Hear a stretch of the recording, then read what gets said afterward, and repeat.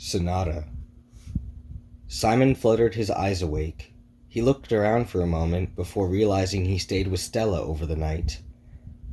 A small smile raised on his lips as he remembered their time together yesterday. Simon slowly got up, lifting the blankets from his still tired body. He went over to a suitcase that he had and began to pick clothes from it. Simon pondered, holding two hats in his hand. My new bowler hat, or the old captain's hat?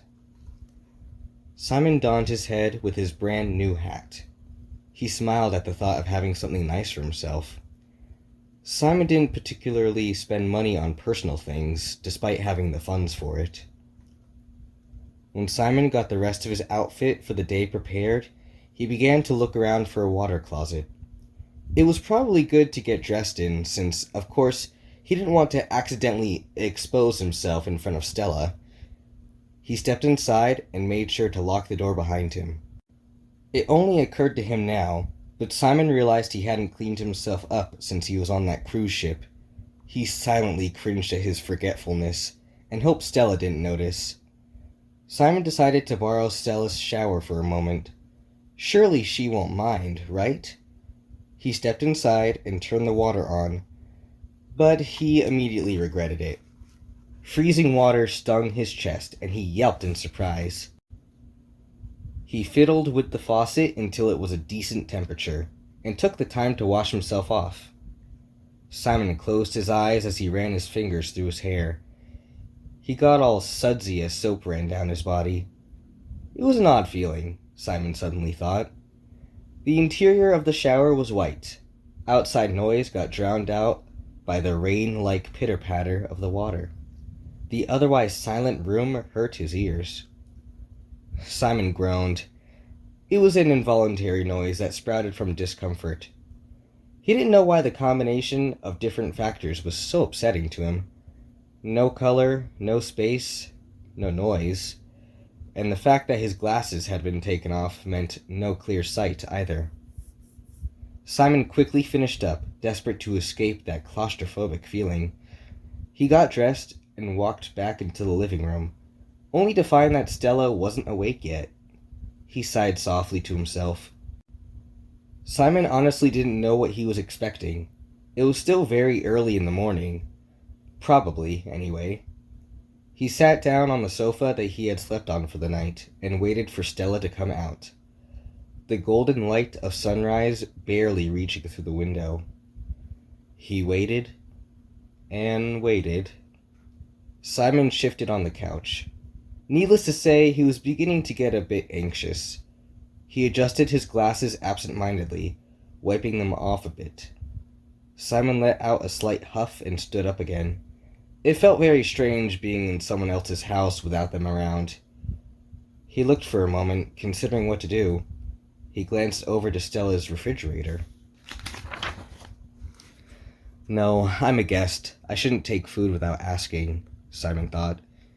I'm not that hungry anyway. He then turned his eyes over to the rest of the living room, noticing a record player. Simon ran his fingers across the records in their cases. He recognized a lot of them, but ultimately decided not to play any, as Stella might wake. Looking back onto the hallway, there were 3 doors to grab his attention next. Stella's room, the WC, and... Simon actually didn't know where the 3rd door led. A bit of curiosity sparked when he thought about going through it. I wonder, what could be behind there? A voice reflected in his mind, his consciousness. Whatever it is, it's Stella's home. You shouldn't walk through doors all willy-nilly. Yes, I know, he replied. But I'm curious about this woman. She seems... He couldn't think of the correct words to finish his thought. But what if she gets angry with you? Simon took a moment to consider that. It'll only be a peek. He walked up to the mystery door and turned the handle until it clicked open. Simon only cracked the door a bit, just to see what was inside. But once he saw what was in there, he let the door swing all the way out. Whoa. Art supplies were strewn about everywhere. empty paint tubes on the floor, brushes all over the place. Canvases were leaned up against the wall, some finished paintings, some not. Messy sketchbook drawings were tacked to the wall as well. There was also a grand piano in the corner of the room. Did Stella play? Simon was in awe with what he saw. The paintings were absolutely beautiful. He slowly stepped into the room, taking it all in. Simon approached an easel in the middle. A canvas was propped on it, and it looked to be half finished. Simon gently ran his fingers across it, admiring the beauty. He couldn't believe Stella would be this amazing at art. The subject of the painting was a landscape, presumably based off the nearby ocean. It was at night, with a glowing moon shining in the sky. Curiously, though, the perspective of the painting was downwards. It made Simon think that it was on the edge of a cliff, or at least that's what the unfinished part looked like.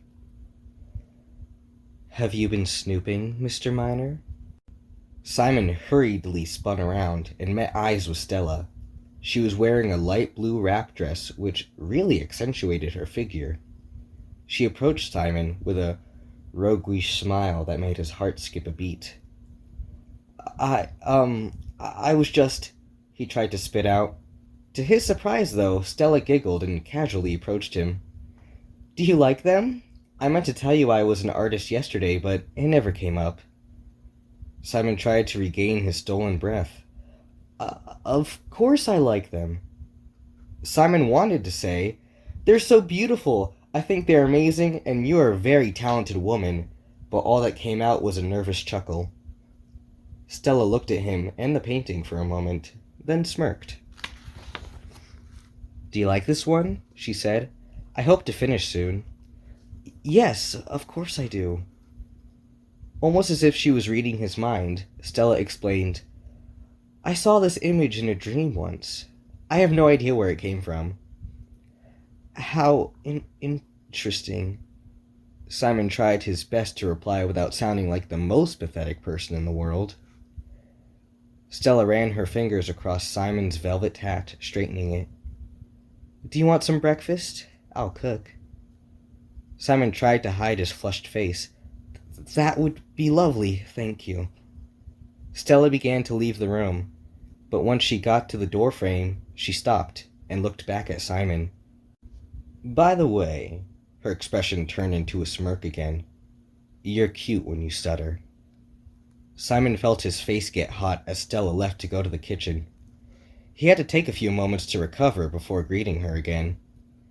Simon was offering to help cook their breakfast, but she just kept insisting and insisting that she can make it for both of them. Simon wasn't one to argue, so he sat down at her dining table and waited patiently. After around 5 minutes later, Stella sat a plate down in front of him. It looked like a pile of rice with a ground beef patty over it, all topped with an egg.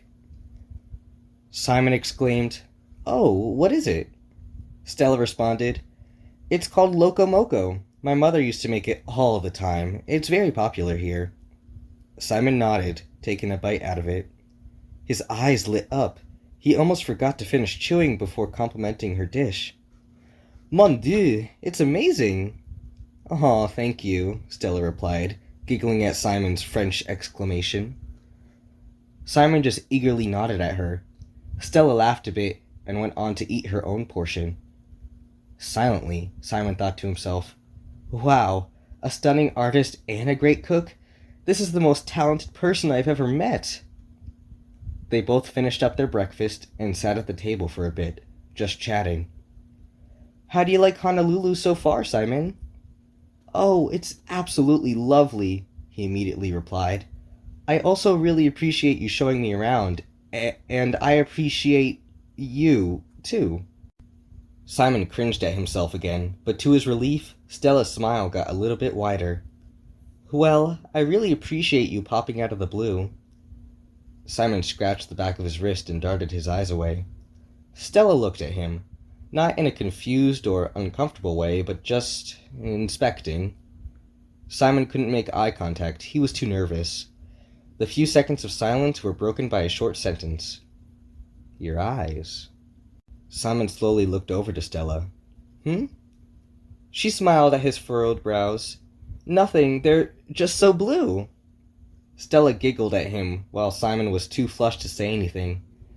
She reached out her hand and tenderly touched his. They made eye contact for a moment. So, Mr. Miner, Stella's sultry voice said, please tell me about yourself. Simon stayed silent as if he was a mute. He felt frozen sitting in that chair. It almost felt like he was being interrogated. I... He was so quiet it almost came out as just a breath. He looked down and fiddled with his cuff, not sure of what to say. It's all right if you don't want to answer, Stella piped up. I didn't mean to pry. Sorry, I just... Stella squeezed his hand, making him quiet. I'll go first, she smiled. Stella took a deep breath. So, I was born in Lai, which I told you about yesterday. My father was never around much, always working and all that, but it was all right. My mother stayed at home with me and taught me how to do, well, everything. You've already seen my art, but I can also sew and play a little bit of piano. She looked up at Simon with a small smile. So, I moved to Honolulu only a few years ago, when I was 20. I was swept by the idea of starting my own life, independent from my parents. It was hard to find a job at first. I even had to ask my parents for a small allowance to help me get by. Stella laughed at that last part, but was secretly insecure about that fact. So, my job isn't really a set-in-place thing. In general, I am an artist, and I create art pieces for people who request it, whether it be painting, repairing garments, or what have you. Simon nodded, pleasantly surprised that Stella was able to build a career off her hobbies. That sounds lovely, Stella. Glad you think so, she laughed.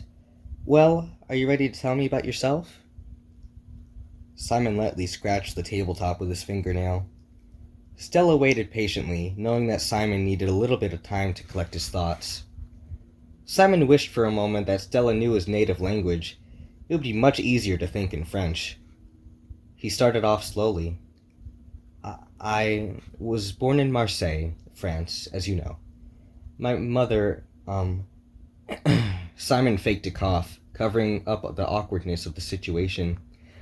My, father raised me by himself. He taught me how to sail. A small flash of a smile appeared on his face before quickly diminishing. I was by myself as a child a lot, as he went to work often. I did accompany him on long trips, though. It was nice to be with him, traveling to so many places. I got to learn of more cultures than I could have ever known, and my father always let me sneak some extra food from our supply. He chuckled slightly. But it was always strange being alone. I mean, I suppose I never really was alone. There were people to take care of me in my father's absence, but it never felt the same. Stella sat back, taking in all the information. She listened very closely. She listened to every last word he had to say. What happened after that? Simon turned away. I do not wish to talk about that. Stella nodded her head and looked down at her empty plate. After a few minutes, a smile appeared on her face. Simon looked up at her, curious. I was just thinking, Stella said in that charming voice of hers. Perhaps we should pack a lunch today, maybe go for a walk on the beach. Simon's face reflected her smile back to her. That sounds lovely. Stella giggled, standing up and picking both of their empty plates up. Simon followed closely behind as Stella walked into the kitchen and began to scrub a dish. Simon gently placed his hand over Stella's to stop it. Please, allow me. Stella turned her eyebrow up and smirked playfully before handing the sponge to him. Simon cleaned the dishes while Stella stood back with a smile. She was amused that anyone would be so kind as to offer to take over something as menial as the dishes. Simon finished up and turned towards her. So, he started, what shall we do today? Well, Stella said with a mischievous grin, You can do more of my chores. Um, I'm kidding, she said as she burst into laughter. Simon chuckled along with her. Stella walked into the kitchen and waved her hand a bit to shoo Simon out. She set up some things on the counter: bread, sliced meat, cheese, and some vegetables. Simon watched patiently as she began to make some sandwiches for the both of them. Afterwards, Stella pulled out a picnic basket, a classic-looking one, with the woven outside and all. She neatly placed the prepared snacks in there and grabbed onto the handle. "Are you ready to go, Simon?" she asked. He nodded at her enthusiastically. Stella walked up to him and turned a bit, making her dress twirl just ever so slightly. Stella held out her hand for Simon to take, and he gladly did. Stella led him out of her house, and they began to walk together. Simon couldn't care less where they were going. He enjoyed Stella's company regardless. Simon took note of how soft her hand was. It was smaller than his, only by a bit. They felt smooth, while Simon's were typical manly hands, all calloused and rough. He didn't like his hands that much, but they were useful for working. Stella walked Simon across the esplanade for a bit before sitting down in the sand. He recognized it as the place they met, only a couple days ago. Funny how fast things move along, isn't it? He thought as he sat down with her. Stella gave him a pleasant smile as Simon scooted closer to her. The golden hour of light made her skin glow. She giggled. "It's funny how quickly we've gotten along, isn't it?" Simon was a bit taken aback at that near-perfect replica of his own thought. "I was just thinking the same thing, but I hope it's not too rushed." "Not at all," she said, leaning closer to him. Simon sucked in his bottom lip as his face flushed. Stella covered her mouth and giggled even louder, which only made Simon blush harder. "Ha ha!" she snorted. "Maybe we should eat before you turn into a tomato." Simon just quickly nodded as he reached into the picnic basket. They both pulled out their sandwiches and ate quietly, looking off into the sea. "It's nice to have someone with me this time," Simon thought as he reflected on his past. Being alone was nice, but I like this better, I think. He looked over to Stella, but Stella was already looking back at him. He involuntarily blushed again, and he darted his eyes down. Stella said nothing, but Simon still felt her eyes on him. He then heard the sound of the sand shuffling. Stella was moving closer to him. His heart began to beat out of his chest. "I don't deserve this kindness." A warm feeling engulfed him as Stella's hand slid over his and got entangled in his fingers. Simon thought for a moment, thinking about his developing feelings. Can I really put my trust in this woman? I want to feel loved. Of course I do, but is it real? Would this hurt me? Would she hurt me? Would she leave me like how I left my papa? "Simon, are you okay?"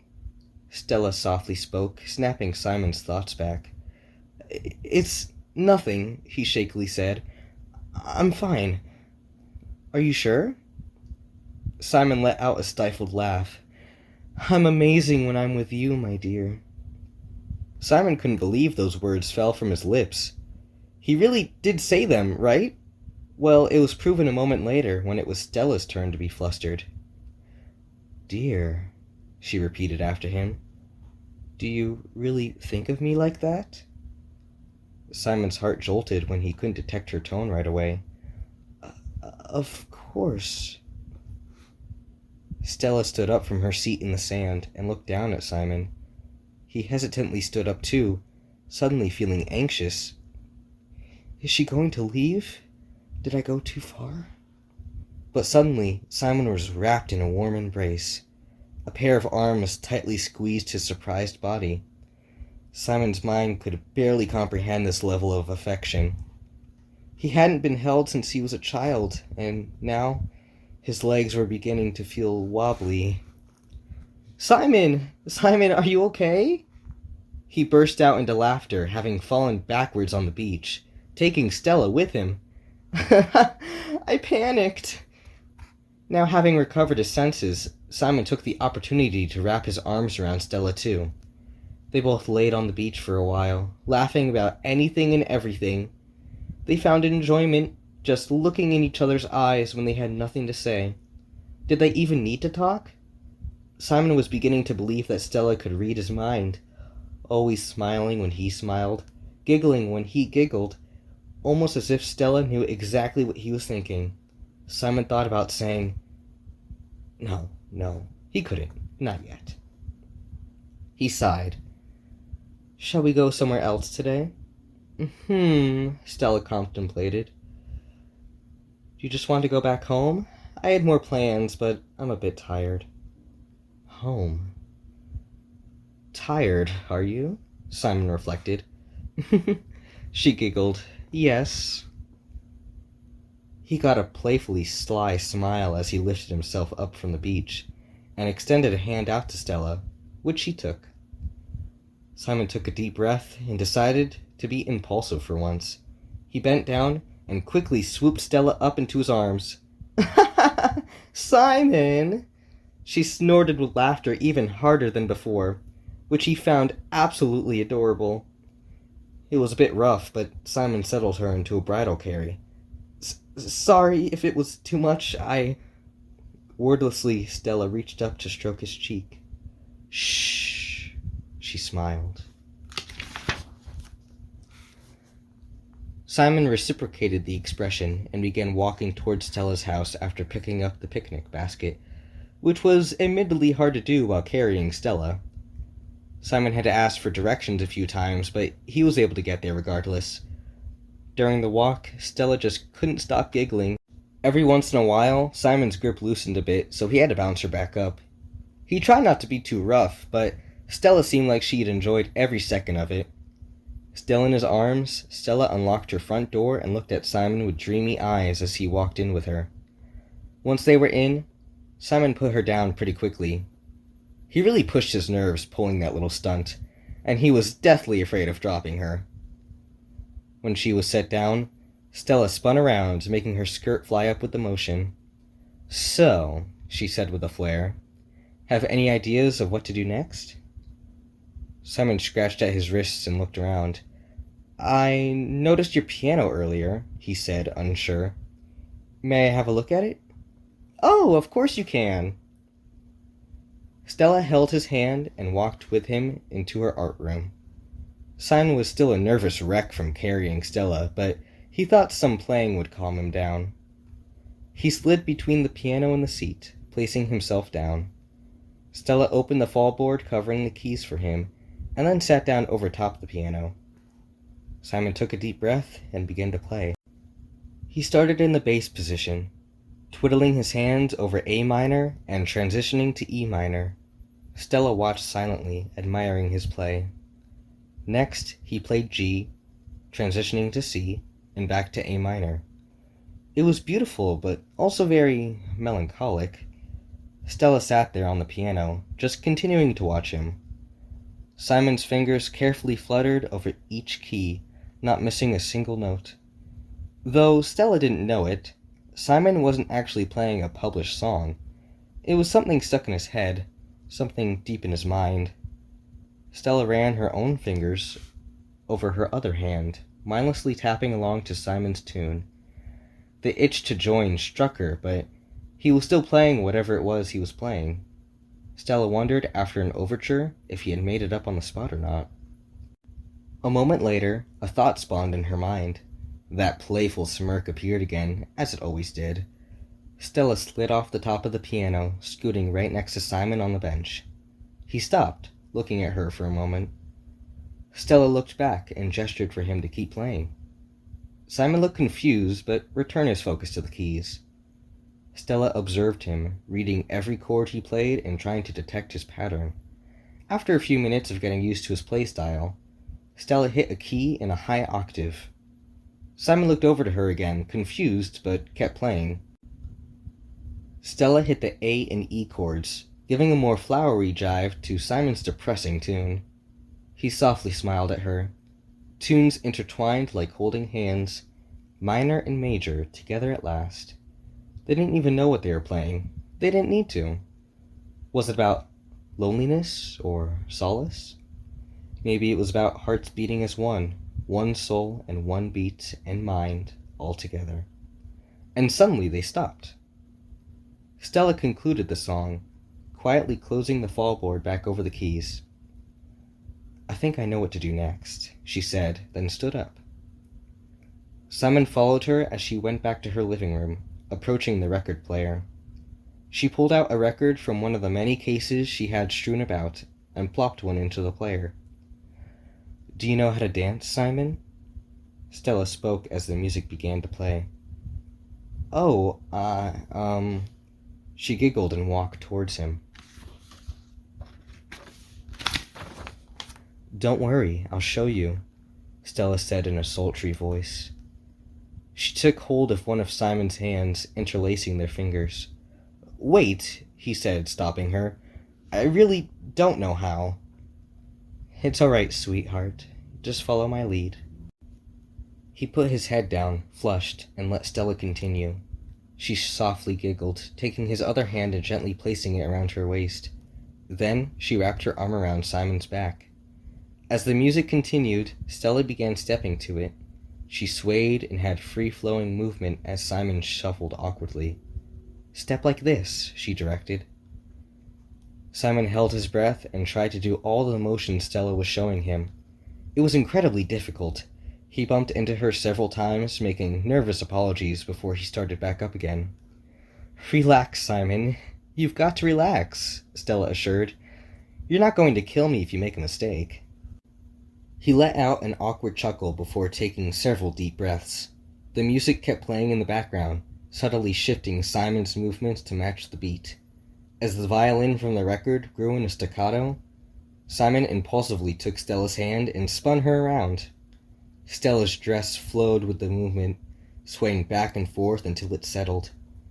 She looked up at him in awe, which quickly turned into a smirk. "I thought you couldn't dance, Mr. Miner," she mocked him playfully. Simon chuckled. "It's kind of fun doing it at this point." She laughed as they continued to dance. Simon became more sure of himself, stepping the right steps, doing the right moves. Internally, he was a bit proud of himself for being able to learn so quickly. The couple tangled together as the beautiful sounds of the record blasted them in such a striking way. The music rang in his ears. He closed his eyes.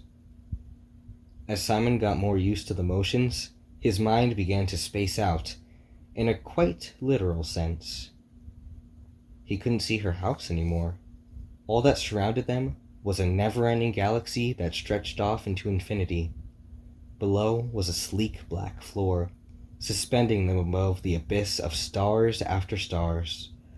The lights of the bright flames highlighted Stella's ethereal beauty. Simon wondered, could she see this too? Was this real? A dream? He didn't know the answers to these questions, but he didn't mind this time. The music continued to echo in whatever universe the couple found themselves in. The record was still belting out and filling up their eardrums with the most pleasant of sounds. The music began to get louder and louder, exciting Simon even more. As the song's violin and piano reached a pinnacle point, Simon dipped Stella low and leaned into her body. He drew his face near hers, and their lips connected with a spark. Suddenly, all around them, thousands of galaxies exploded into nebulas. Stars fleeted across the sky and shattered, raining down on them. The moon hung above, almost seeming to watch as they held each other. Simon kept holding the kiss, hoping Stella would do the same. She reached over and wrapped her arm behind his neck, holding on to him. Stella leaned in closer and deepened the kiss, making sparks of shooting stars fizzle all around them. What was probably around 30 seconds felt like hours to Simon. His heart was beating so heavy and fast, but he wasn't scared. He wasn't anxious this time. Eventually, the couple separated with a small pop. Stella looked up at Simon, awestruck. Simon looked right back at her, the images of space slowly dripping away from his vision. He darted his eyes slightly, realizing he was in her living room this entire time. "Do you love me?" Stella softly asked, still being suspended by Simon's arm.